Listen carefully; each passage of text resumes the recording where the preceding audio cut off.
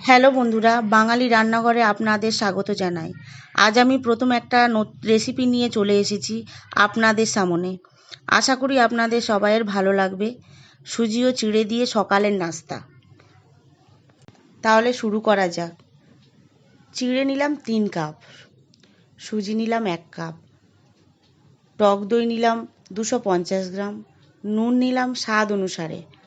বানানোর পদ্ধতি: শুকনো চিড়া ও শুকনো সুজি মিক্সিতে গ্রেট করে নিতে হবে। গ্রেট করে নেওয়া চিড়া ও সুজিটাকে স্বাদ মতন লবণ ও টক দই দিয়ে শক্ত করে মেখে রাখতে হবে প্রায় 10 মিনিট।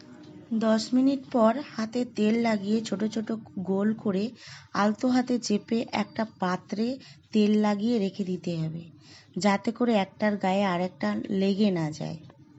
তারপর একটা পাত্রে জল গরম করতে দিতে হবে। জল গরম হয়ে গেলে উপরে একটা স্টিলের ঝুড়িতে করে বানিয়ে রাখা গোলগুলিকে তারপর ওগুলিকে তেলের মধ্যে সর্ষে, সাদা তিল, কেরিয়া পাতা, শুকনো লঙ্কা দিয়ে হালকা করে ভেজে নিন।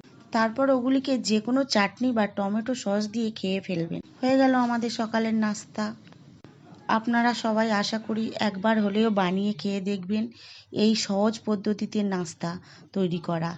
আর কেমন হয়েছে জানাবেন কমেন্ট বক্সে।